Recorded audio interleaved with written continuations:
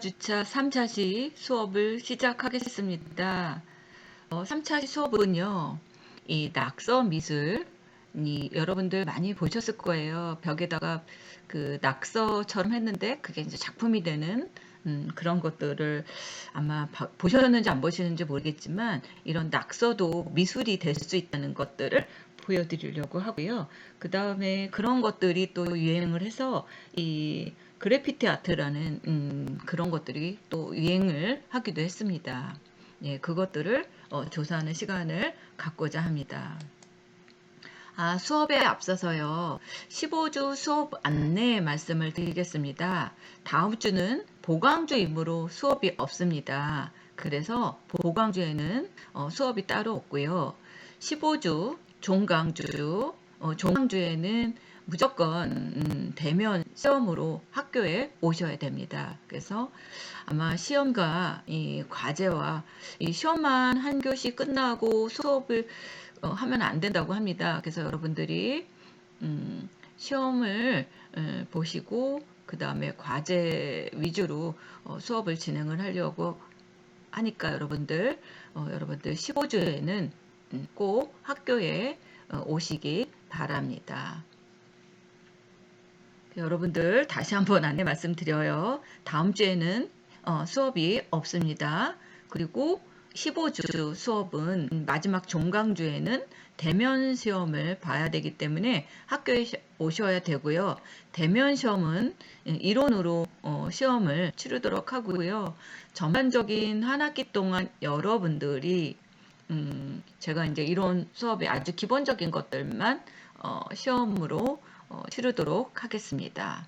그래서 여러분들 꼭 이론 시험을 보시러 학교에 꼭 오셔야 됩니다. 예. 그러면 수업을 시작하도록 하겠습니다. 이 낙서 미술이란 무엇인가를 알아보도록 하겠습니다. 이 낙서라는 말은 간단하게 이 스크래치 표현에서부터 이 정교한 이 벽화에 이르기까지 다양한 종류가 포함될 수 있습니다. 특히 이 현대의 이런 에어로졸 스프레이로 여러분들 막 벽에다가 막 이렇게 색으로 칠해가지고 그림을 그리는 그런 것들도 봤을 거예요. 그런 것들을 사용한 낙서를 보통은 이 그래피티라고 합니다. 이탈리어로 이 그라피티 다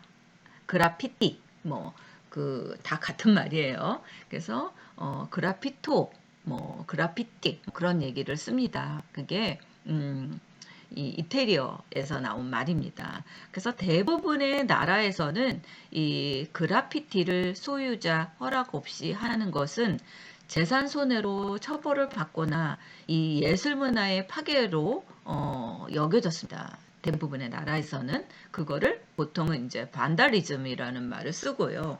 또 한편에서는 이 그래피티는 사회적, 정치적인 이런 메시지를 전하기 위한 수단으로 굉장히 많이 사용을 하기도 하였습니다. 이 그래피티, 죄송합니다. 그래피티 아트가 이 온라인상으로 이슈가 되고도 있었습니다. 이 그래피티는 이 긁어서 새기다 그런 뜻입니다. 그리고 이 스프레이 아시죠, 여러분들? 분무기 그런 걸로 그려진 낙서 같은 문자나 그림을 뜻하는 말이기도 합니다. 그래서 보통은 스프레이식한 아트라고도 얘기하고요. 또 유럽에서는 이 스트리트 아트, 그래서 거리의 예술이라는 말도 사용을 하고 있습니다. 이 현대 그래피티는 이 1960년대 말 미국의 필라델피아에서 콘브레드와 쿨올이라는 이 서명을 남긴 인물들로부터 시작이 됐습니다. 그리고 이 뉴욕의 브롱크스 거리에서 이 낙서화가 범람하면서 본격화됐어요. 처음에는 이게 반항적인 청소년들과 흑인 푸에르토리코인이라는 이 소수 민족들이 주도했다고 합니다. 이것들은요, 분무 페인트를 이용해서 극채색과 격렬한 그런 에너지를 지닌 이 속도감 있고 도안화된 이 문자들을 거리의 벽에다가 그리기 시작을 했다는 것입니다. 이것들이 즉흥적이고 충동적이고 장난스럽고 상상력이 넘치는 것들이 되게 많았대요. 그래서 이런 것들을 가지고 막 그리기 시작한 겁니다. 그래서 그래피티가 이 도시의 골칫거리에서 현대 미술로서 자리 잡은 것은 이 장 미셸 바스키아와 이 키리스 헤링의 공이 컸다고 합니다. 이런 벽이나 바닥 등에 그리는 그림을 보통은 그래피티라고 부릅니다. 처음에는 이 거리에 낙서가 많아지면서 심각한 이 도시 문제로 떠오르기도 했지만 이런 독특한 기법과 뛰어난 상상력이에요.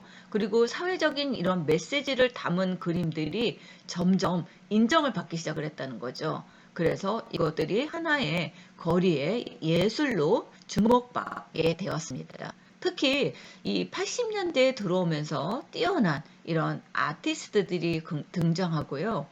그래피티 전시회가 개최되고 미술의 한 영역으로 성장하게 되었습니다. 이제 이것들은 이제 80년대부터 들어오기 시작한 것들은 이 미국에서 이게 이제 시작이 된 겁니다. 그래서 이 80년대 미국의 이런 그 거리에 막 스프레이를 그리면서 이런 그림들이 굉장히 그 골칫거리로 알았는데 이것들이 이제 하나의 그림으로 미술로 이제 성장하게 된 배경이라고도 볼 수 있겠죠. 국내에서는 이런 힙합 문화의 대중화가 함께 이 그래피티가 알려지기 시작을 했고요. 각종 인테리어, 방송, 행사, 공연, 공공벽화 등 다양한 곳에서 수요가 발생하면서 이런 그래피티 아티스트들이 직업인으로 본격적인 활동을 하는 발판이 마련되었습니다. 특히 이 미국은요, 자본주의입니다. 그래서 이 그 미국에 있는 사회는 돈이 된다고 하는 것들은 다 이것들을 이슈화를 시켜서 이게 하나의 그 벌이가 되고 있습니다.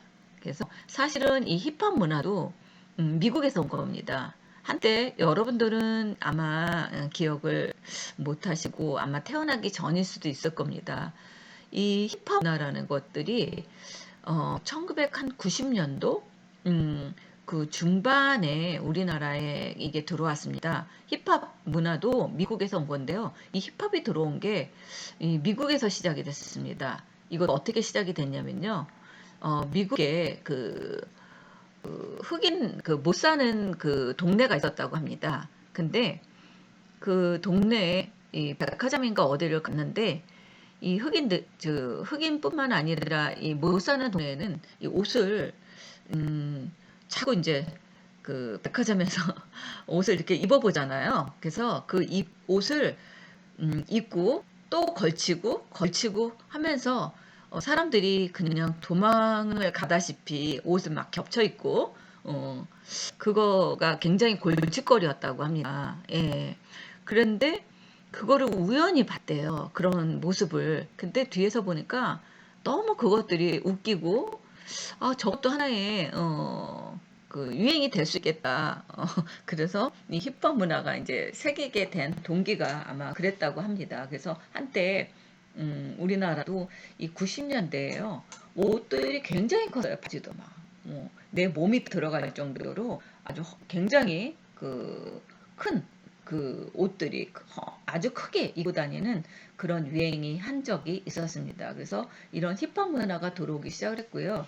사실 이 그래피티도 2000 힙합 문화가 들어오고 2000년대 제가 알기로는 2005년 2000년대 넘어가면서부터 우리 그 그래피티가 제일 낙서라고 해야 되겠죠. 어떻게 보면 그 벽에다 막 이렇게 스프레이를 끌고 다니는 것들이 이 홍대 앞에서 굉장히 이슈화가 되고 유행이 됐었습니다. 그래서 이게 한때는 이 그래피티를 이용한 이게 예술이냐 미술이냐 낙서냐 막 그런 이슈화가 돼가지고요.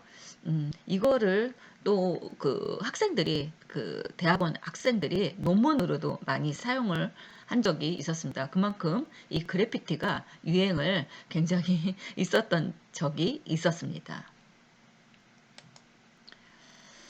이게 그 바스키아라는 사람이 이 낙서를 이 예술로 옮긴 그 사람의 인물입니다. 예. 이 낙서화를 예술의 반열에 올려놓은 바스키아입니다. 정식 미술 교육도 못 받았고요. 27이라는 젊은 나이에 요절한 이 강기의 작가, 이 장미셀 바스키아입니다. 이 버려진 나무 판자며 칠판 위에 낙서처럼 거칠게 그려진 그림, 알 수 없는 그런 글귀와 부호, 검은 인물이 강렬한 이 바탕색 사이로 도드라집니다. 이런 것도 미술일까 싶지만 일찍이 미국과 유럽 미술관들은 이 강렬한 낙서화에 주목을 받기 시작을 했습니다. 그래서 뉴욕타임즈의 주요 언론에 대서 특필도 했습니다. 작품값도 오리지널 이 페인트의 경우에는 수억에서 수십억 원을 호가한다고 합니다. 당시 비주류의 정서와 문화의 그런 주요 표현 수단이었던 이 그래피티, 낙서 이런 것들이 시인을 꿈꿨던 이 바스키아의 바람을 피력해준 방식이었다고 합니다. 그는 대도시 공공장소를 캠퍼스 삼아서 부조리한 사회 현실에 대한 자신의 인식과 감성을 시를 쓰듯 이 그림을 그렸던 겁니다. 지금 이거 보세요. 굉장히 힘들고 고달프고 한 이것들을 가지고 이렇게 좀 이렇게 낙서 비슷하게 이런 그림을 그렸다고 합니다. 후반기에 그의 작업은 낙서 그림을 뛰어넘어서 그 폭이 보다 깊고 넓어졌다고 해요. 때론 광적이고 추상적인 이미지들이 열정적으로 전개되기도 했고요. 또 아프리카의 암벽 미술도 시각 어휘를 풍부하게 줄 갖가지 기호와 상징들이 풍부하게 등장했다고 합니다. 예, 그리고 지금 보면 이게 이제 낙서 같지만 이게 낙서이지만 또 하나의 상징적인 것들을 알려주고요. 또 이게 하나의 미술로도 알려진 것을 볼 수 있습니다. 또 이 왕관 심볼이 있죠. 여기 보면 여러분들 이 왕관 심볼이 있죠. 이 왕관은 그림 속의 인물에 비치는 존경과 찬미이자 이 바스키아 진을 은유하기도 했다고 합니다. 이렇게 그 하나하나 이 낙서 같지만 이것들을 상징하고 이것들을 의미하고 이것들에 대한 그 내용들을 보면 굉장히 예술적인 것들이 있다고 합니다. 바스키아의 그 말기 작품은 굉장히 그 우울하고 상처받은 그런 인물이 자주 등장합니다. 이는 마약 남용과 유병세에 따른 이 강박증에서 기인했다고 합니다. 앤디 월의 죽음도 그에게 큰 영향을 미쳤고요. 미술 외에도 이런 패션이나 음악이나 연기 등 다방면에 걸쳐서 재능을 보였던 이 천재, 인간의 존재에 불가사의한 이런 잠재적인 위협에 대해서 강박적으로 번뇌한 끝에 결국 약물 중독으로 아주 젊은 나이에 마감을 했습니다. 어떻게 보면 꼴라 같기도 하죠. 예. 또 그래피티 예술의 양상은 이런 벽이라는 한정된 공간 안에서 작업이 전통적 이 그래피티 아트라면 현대 그래피티는 다양한 매체와 공간을 활용했습니다. 이 프랑스에서 그래피티는 흔히 거리 미술 혹은 도시 미술 이렇게 불립니다. 엄밀히 따지면 현대의 그래피티는 거리 미술적 성격과 도시 미술적 성격을 모두 지닙니다. 그래서 두 개가 모두 거리와 도시라는 이런 공간을 특화시켜서 부르는 용어입니다. 예, 그래서 프랑스에서는 이 거리 미술, 도시 미술, 그래서 스트리트 아트, 아트 우어반 이런 그 내용이 다 똑같고 볼 수 있습니다. 지금 이게 그래피티 라이프라고 이렇게 그 만화 이런 것들을 그리기도 했죠. 또 이런 현대 미술사에서 이런 그래피티 아티스트들이 많이 나오기 시작을 했습니다. 이 암벽화에서 시작해서 현대 와서는 이 스프레이 아트로 이어졌고요. 소외받은 이런 계층의 커뮤니케이션 수단으로 대중들의 그런 정치적인 일상과 혹은 이 프로파간다의 그런 의미가 재평가되면서 현대미술의 한 부분을 차지하게 되었습니다. 이처럼 그래피티는 시대를 반영하는 하나의 표현으로 역사적 의미를 지니기도 합니다. 반사회적이며 문명을 파괴하고자 하는 이 반달리즘적 성격이 강한 이런 그래피티를 제도권으로 흡수하고요. 오늘날 현대미술사에서 그래피티를 당당히 하나의 장르에 위치시킨 것은 다름 아닌 이 세 명의 예술가의 덕분입니다. 첫 번째는 이 키스 헤링입니다. 이 키스 헤링 여러분들 많이 보셨을 거예요. 그리고 몇 년 전에는 이 DDP에서 이 키스 헤링의 전시가 그 진행이 되기도 했었습니다. 이 낙서와 예술의 경계. 키스 헤링은요, 1976년 피츠버그 칼리지 그래픽 디자인 과정을 했고요. 1978년 뉴욕 명문 시각예술학교 등에서 입학해서 정식 교육을 받았지만 중도에 포기하고 이런 지하철이나 클럽이나 건물 벽 등에 그림을 그리기 시작을 했습니다. 그래서 공공기물 훼손죄로 경찰에 잡혀가는 일도 있었습니다. 하지만 사람들이 일상의 예술을 두고자 했던 그의 시도는 금세 성공적인 반응을 이끌었어요. 나는 예술가로 타고났고 따라서 예술가답게 살아야 할 책임이 있다고 생각한다.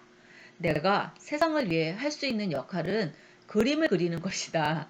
나는 가능한 한 오랫동안 살면서 가능한 한 많은 사람들을 위해 그림을 그릴 생각이다. 그림은 사람과 세상을 하나로 묶어준다. 그림은 마법처럼 존재한다. 이렇게 말을 했습니다. 이 그림이 세상과 사람을 하나로 묶어주길 원하면서도 이런 대중의 근처에 예술이 존재하길 원했던 거죠. 그래서 미술관 벽을 넘어 거리로 나서 처음에는 단속을 피해서 지하철역에 그림을 그리던 것이 이후에는 이런 뉴욕은 물론 베를린, 암스테르담, 런던, 파리 등에 초대받아서 벽화 작업을 하게 됩니다. 그래서 굉장히 이제 유명한 화가 됐어요. 이렇게 예.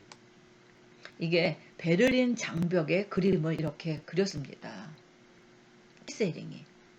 근데 이 사람의 그림들은 되게 좀 독특해요. 한번 더 볼까요?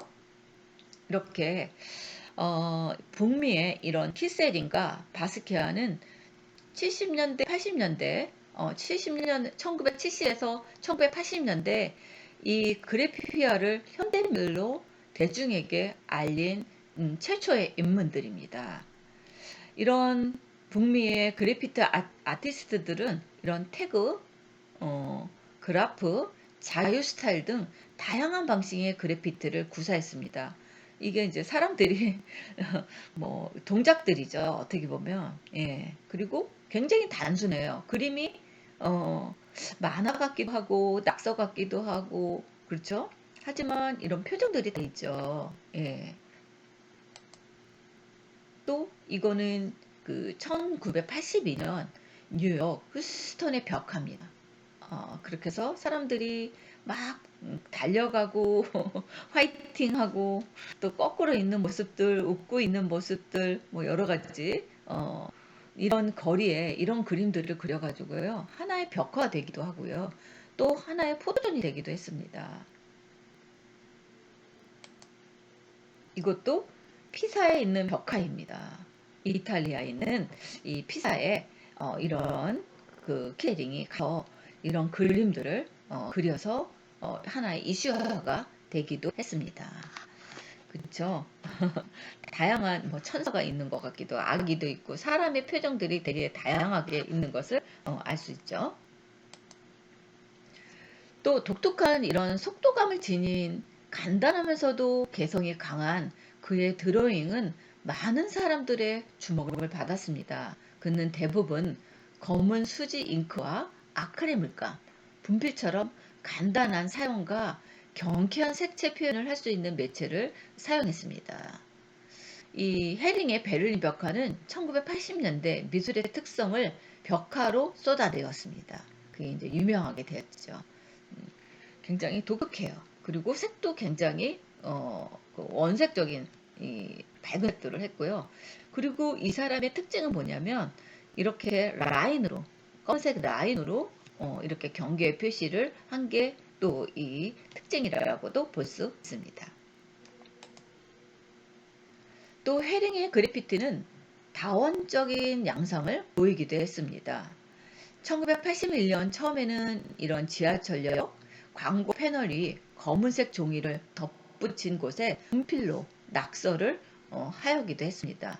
헤링은 벽화를 제작할 때 모든 주변 사람들이 다 들을 수 있도록 음악을 크게 틀고는 사람이 많은 곳으로 재빨리 그림을 그렸다고 합니다. 아마 이러한 작업까지도 일종의 이벤트라고도 생각했던 것 같습니다. 이게 이제 히히히 하고 웃고 있는 이런 그림들을 또 이렇게 그려놓기도 했습니다. 두 번째는 이 뱅크시. 여러분들 아마 뱅크시는 뱅크시도 아마 많이 봤을 겁니다. 이 뱅크시를 찾아서 뱅크시는 영국을 베이스로 활동하는 이 그래피티 아티스트이자 낙서화가, 현대예술가, 영화 감독, 전 세계적인 주목을 받고 있는 이 아티스트임에 불구하고 성별은 물론 생년월일, 국적, 심지어 뱅크시라는 이름조차 확실한 건 하나 없을 정도로 베일에 갈려진 이 수수께끼 같은 인물입니다. 이 사람을 정확하게 아는 사람들이 없어요. 최근 영국 록스타 중 한 명이 뱅크시로 지목되었다가 아직까지 확실한 바는 없다고 합니다. 뱅크시는 누구인가? 이 뱅크시 활동은 여느 낙서 화가들처럼 아무도 신경 쓸 것 같지 않는 거물의 벽에서 시작됐다고 합니다. 이 사람도 1990년대에서 주로 영국 브리스트를 중심으로 지역 곳곳에 그림을 그렸다고 합니다. 서명도 저작권도 없는 거리의 그림들은 잠깐 행인들의 시선을 빼앗으려 거리 예술의 역할에 충실했다고 합니다. 그러나 특별한 점은 뱅크시가 다녀간 벽에는 알록달록하고 화려한 페인팅만이 아닌 누가 보아도 선명하고 묵직한 그런 메시지가 있다는 것입니다. 뱅크시는 친히 그린 낙서들을 사진 찍어 홈페이지에 소개했대요. 그리고 온갖 벽 위에 뱅크시의 낙서가 하나 둘 넣으면서 사람들은 궁금해지기 시작을 했다고 합니다.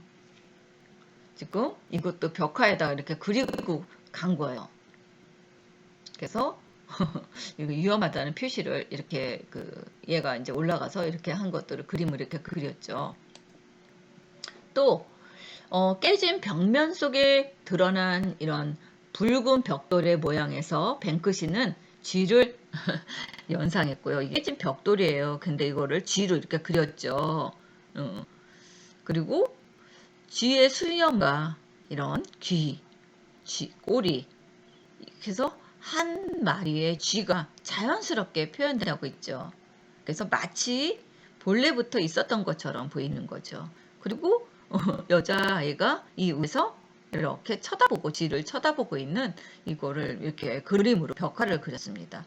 정말 실제로 있는 것처럼 이런 그림들을 그렸다는 것을 알 수 있습니다. 이것도 마찬가지입니다. 이것 봐, 이게 벽이야.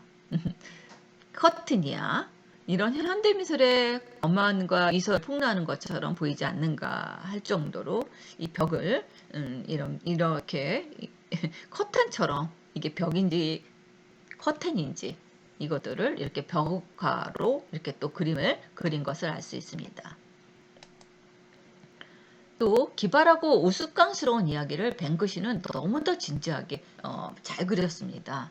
얼룩말의 무늬를 한 번씩 빨아서 널어주는 아주머니. 그래서 지금 여기가 얼룩말이 빨아주는 거예요, 아줌마가. 이게 벽화입니다. 이게. 그래서 참 재밌죠. 그래서 얼룩말은 순한 양이 되어 옆에서 기다리고 있고요. 단순한 유머처럼 느끼지만 생각할 거리가 많은 그림이라고 합니다. 얼룩말에는 얼룩 무늬는 그의 정체성입니다. 무늬를 빼버리면 더 이상 얼룩말이 아니죠. 하지만 얼룩말을 제거한다고 과연 얼룩말이 아닐까요? 우리는 많은 무늬를 지니고 살아갑니다. 소위 정체성은 믿는 무늬들 말이죠. 그 무늬들이 이를테면 피부색, 성별, 키, 학벌, 출신 등 이런 것들을 제거하고 나면 과연 우리에겐 무엇이 남을까요? 우리는 누구일까요? 하는 그런 우리의 그런 정체성을 한번 생각하게 된다는 이 그림을 보면서 그것들을 생각할 수 있다는 거죠. 그래서 굉장히 의미 있는 이런 뱅크시의 그림들을 보면 굉장히 생각을 하게 된다는 거죠. 뱅크시가 또 이렇게 분리장벽에 그린 대표적인 이런 그래피티입니다. 이거를 이 벽화가 이렇게 무너져 있어서 들어갔더니 그 안에 또 이런 것들이 있네 하는 정도로 이런 것들을 또 이렇게 분리장벽에 그린 대표적인 그림이라고 볼 수 있습니다. 이 그래피티 아티스트로 널리 알려진 이 뱅크시의 작품입니다. 이것도 지금 이런 이 그림들이 사실처럼 보이죠. 예. 그래서 이것도 뱅크시의 그림을 이렇게 뭘 주시하고 있죠. 예. 네, 이것도 마찬가지입니다. 한쪽에서는 눈이 내리고 한쪽에서는 이 불이 펴지는 그런 이중적인 이런 벽화의 그림을 또 그리기도 했습니다. 이거는 이 홍대 거리를 예술로 채우는 이 그래피티 아티스트 스톰이라고 합니다. 그래서 한때 이렇게 벽면에 이 그래피티가 굉장히 유행한 적이 있었습니다. 이거는 서울 동대문 인근에 자리 잡은 이화 벽화 마을의 벽화 등 예술로 우리 가까운 곳에 있다 해가지고 이런 이제 그러면서 나온 게 이제 이런 벽화의 그림들입니다. 그래서 이 벽화 나오기 전에는 이 그래피티가 유행을 했고요. 그래피티의 이런 이후에 이런 벽화가 생겨났다고 보면 여러분들이 쉽게 이해하면 될 것 같습니다. 이게 거리의 소음입니다. 전시에 걸린 작품으로 이 가치가 5억 원대에 달한다고 합니다. 훼손된 이 존원의 그래피티 작품이라고 합니다. 이게 검은색 원으로 표시한 부분이 훼손된 부분인데요. 이게 그래도 자그마치 어마어마하죠. 또 이렇게 벽에다가 이런 그림을 이렇게 벽에다가 그려주기도 하고요. 또 우리나라 같은 경우에는 이렇게 원으로 이런 벽화를 그리기 시작을 했습니다. 그래서 그래피티가 이런 벽화의 거리의 벽화의 예술로 바뀌었다는 것을 알 수 있습니다. 예, 이렇게 해서 오늘 수업을 마치도록 하겠습니다. 예, 감사합니다.